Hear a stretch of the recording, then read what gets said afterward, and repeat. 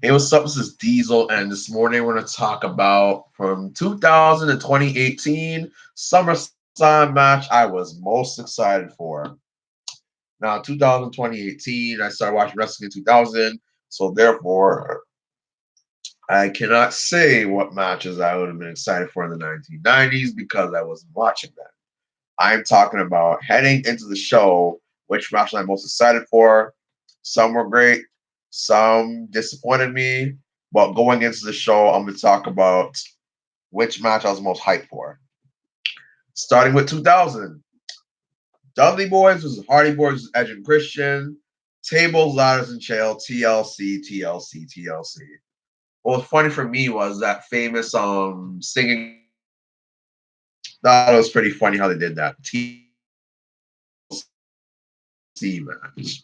And you had the group TLC, the TLC stands for tender loving care. And then you have, TLC, tables, ladders, and chairs.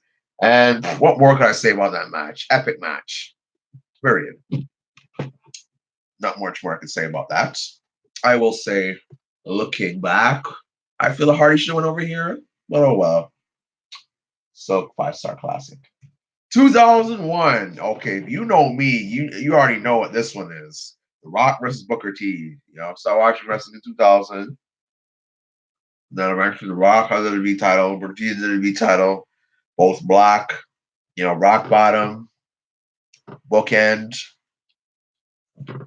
not far off in size, both in great shape. But yeah, both very athletic too. So yeah, this was literally the biggest dream match I had at that point, and it happened the next year. I was excited like a motherfucker for that match. And did it exceed my expectations? Yeah, yeah. So probably my favorite SummerSlam match in history. 2002, The Rock versus Brock Lesnar. For me, a lot of you will say Shawn Michaels was Triple H, but I get it. A lot of y'all who were most excited for that came from the 90s and stuff. But me, The Rock versus Brock Lesnar. Brock Lesnar was the next big thing up and coming. The Rock was still doing his thing. Both these guys are very athletic. Both of these guys were young when you think about it. Brock Lesnar, 25, The Rock about what, 28, 29, late 20s, not even 30 yet. So these guys were main eventing SummerSlam, and both of them weren't even 30 yet. Think about that, guys. Think about that. Two guys in their primes, main eventing SummerSlam, ain't even 30 yet. I didn't think about that much as a kid, but now I'm in my late 20s, that's crazy to think. Two dudes who are not even 30 yet, main eventing SummerSlam, and main eventing it big too. I mean, Brock Lesnar went over. I'm so mad I can't find that after post SummerSlam Rock heel turn promo. I'm trying to find that for the life of me, and God, I can't find it. I know WWE will post it one day, but God, damn, bro, I'm just dying to see that promo again.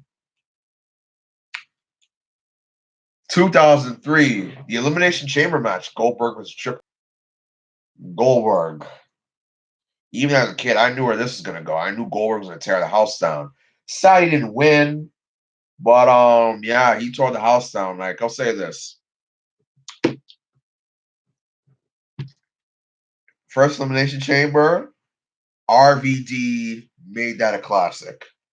Second Elimination Chamber, Goldberg tore this match up. So, Elimination Chamber in video games was fun, sorely off two men, RVD, Goldberg. So I'm just saying, just imagine you had RVD and Goldberg in an Elimination Chamber match. Just how epic that match could be with those two men doing all those spots alone. Combine that, 5-star Elimination Chamber. Could have been easily the greatest Elimination Chamber match ever. You know what? I think I could do that one day. A dream Elimination Chamber match. But anywho, yeah, Goldberg tore the house down. All those spots were just amazing. Coming in at 2004, Chris Benoit, aka He Who We Do Not Speak Of, aka Censored, aka Who, aka Erase Some History, aka the time Triple H and Shawn Michaels wrestled a black ghost at WrestleMania 20 versus Randy Orton. The moment that did not happen, the moment that when Randy Orton had some what's it called his greatest moments on DVD, he just simply was holding the world title. But yeah, I was most excited for that match at the time. Sorry. I was about to say RVD. Randy Orton wins his first world title. And, what more can I say? 2005. Hold on a second. Hulk Hogan versus Shawn Michaels. Shawn Michaels finally turns heel. Hogan, he was over as a motherfucker. And Shawn was cutting some awesome promos. I mean, this feud was entertaining as hell. Hogan won. I don't really complain about it. Sure, Shawn could have won, but with Eddie Guerrero passing away, who else is Shawn supposed to face as a heel at WrestleMania? At WrestleMania 22, unless say The Rock come back and face him, but that just didn't happen. But yeah. But yeah, this feud was awesome. What more can I say?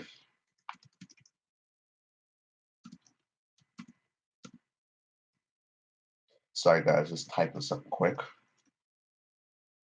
But coming in 2006, Ric Flair versus Mick Foley.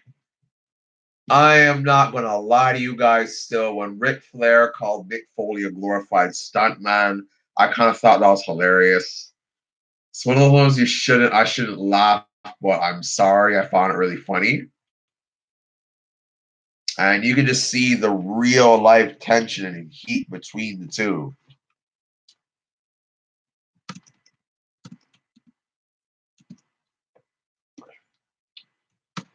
Easily the best match on the card. It wasn't even close. We had Hogan versus Orton. And Hogan versus Orton. Hogan went over, and that shouldn't have happened. And people didn't really care about that match at the time. It was cool to see Hogan, but when he came back in 06 versus when he came back in 05, it didn't feel like as big as a deal, to be honest with you. 2007, Randy Orton versus John Cena. And the funniest thing is, even though this is kind of a one-match card, and I still cannot say by default why we're finally getting John Cena versus Randy Orton for the WWE title. Was it WWE or World title? I think WWE, yeah, the WWE title. And I finally got like a big match I've been wanting to see. Like it happened a little bit before, but like Orton was so kind of up and down, like main event, semi main event, mid card ish, back to main event, just back and forth. '07, he was a 100% polished main eventer. John Cena in 2007, what more can I say? So we finally get this match. And it wasn't at the 2009 and up point when it was redundant and overdone to death. Like it was like nice and fresh, and we needed this type of match at this point because Benoit's death, injuries. Triple H came back, he was rusty. Came back to bury Booker T again. Oh, but yeah, Cena versus Orton.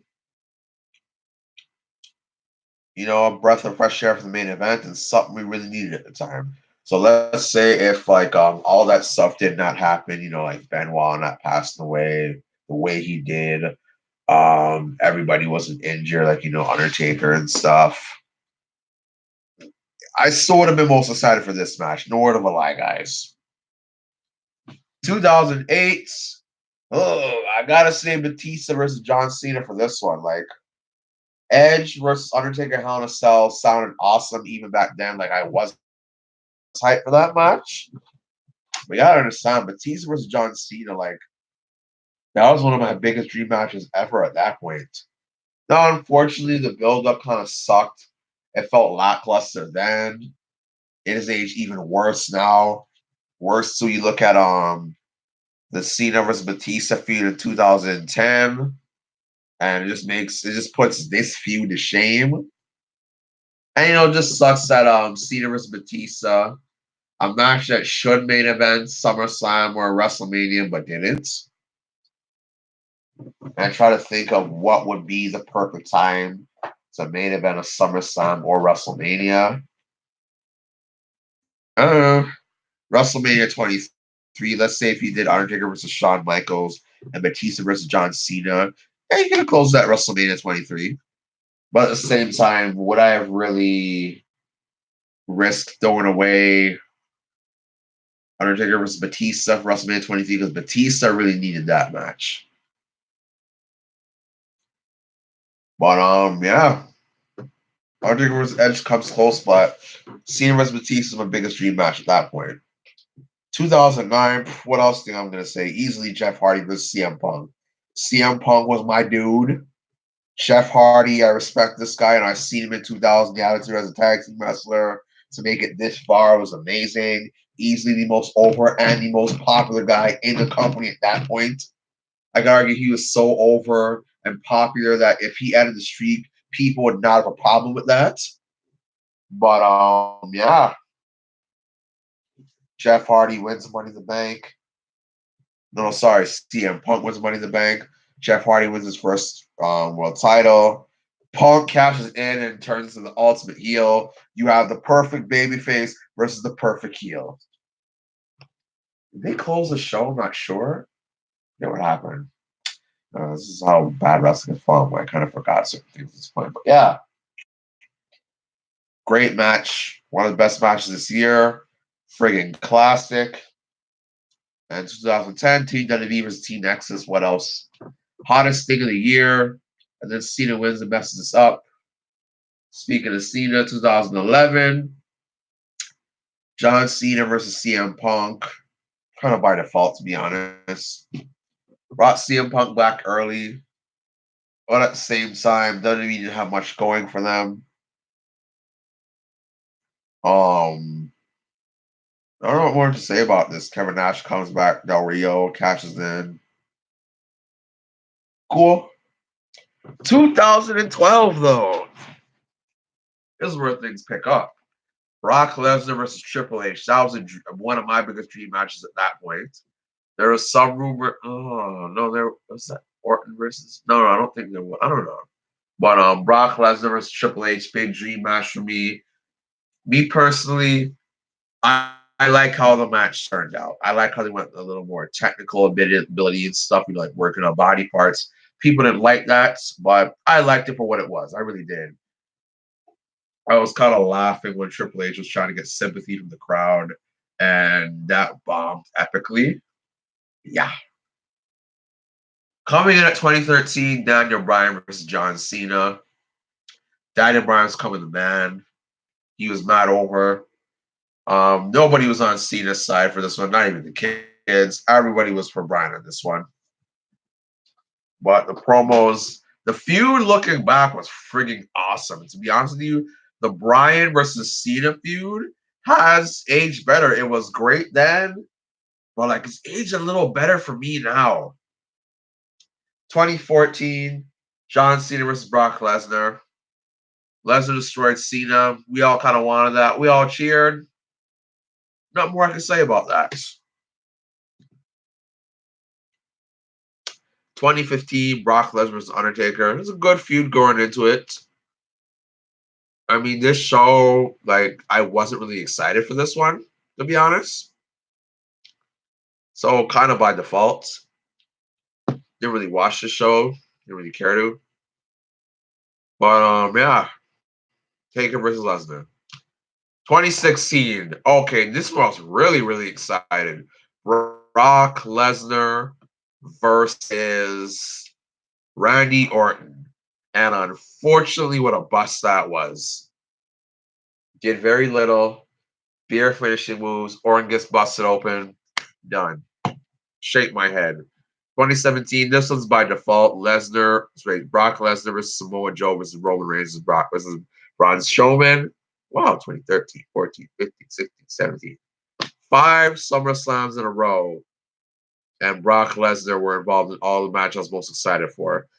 Brock Lesnar has an argument for one of the biggest Mr. SummerSlams of all time. That title still goes to Brett, but Lesnar, he's kind of slowly he's I say he's definitely one of the 5 for Mr. SummerSlams of all time. And then worst 2, you got The Rock versus Brock Lesnar for me. But yeah, I don't know what to say about this match. By default, nothing more. And finally, 2018, Daniel Bryan versus The Miz. I was pumped for this match. My new Bryan fan came back. The Miz is a great heel, cutting great promos. They had the build up in season 2 and a little talk show. I forget what it's called, to be honest with you. And they continued the feud. Kind of sad that Miz's faced Bryan's heel and they didn't do anything with this feud. Very unfortunate.